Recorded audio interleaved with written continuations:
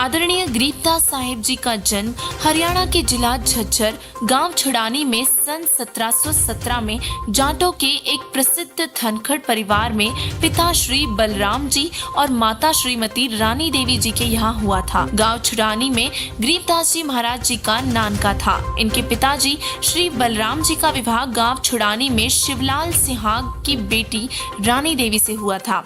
श्री शिवलाल जी का कोई पुत्र नहीं था और इसीलिए बलराम जी को घर जमाई रख लिया था। बलराम और रानी जी के विवाह के 12 वर्ष बाद गरीबदास जी महाराज जी का जन्म हुआ। श्री शिवलाल जी गरीबदास जी के नाना जी के पास 2500 बीघा जमीन थी, जिसकी वर्तमान में 1400 एकड़ जमीन बनती है। उस सारी जमीन के वारिस श्री बलराम जी हुए तथा उसके पश्चात उनके इकलौते पुत्र संत गरीबदास जी हुए।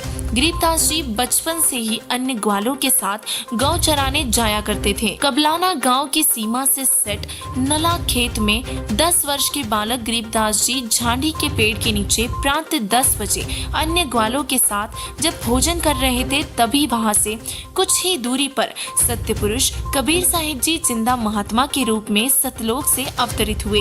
संत गरीबदास जी महाराज जी को साहिब कबीर जी के दर्शन 10 वर्ष की आयु में सन 1727 में नला नामक खेत में हुए थे। परमेश्वर कबीर साहिब जी सतलोक से आए और पृथ्वी पर उतरे तथा रास्ते रास्ते कबलाना की ओर छुड़ानी को जाने लगे।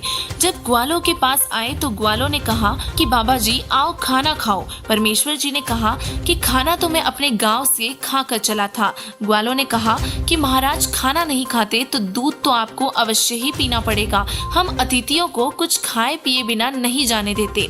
परमेश्वर ने कहा कि मुझे दूध पिला दो और सुनो, मैं कुंवारी गाय का दूध पीता हूँ। परमेश्वर के ऐसा कहते ही जो बड़ी आयु के पाली ग्वाला थे, उन्होंने कहा कि आप तो मजाक कर रहे हो, आप जी की दूध पीने की नीयत नहीं है। भला कुंवारी गाय भी कभी दूध देती है? परमेश्वर ने कहा कि मैं कुंवारी गाय का ही दूध पीऊंगा।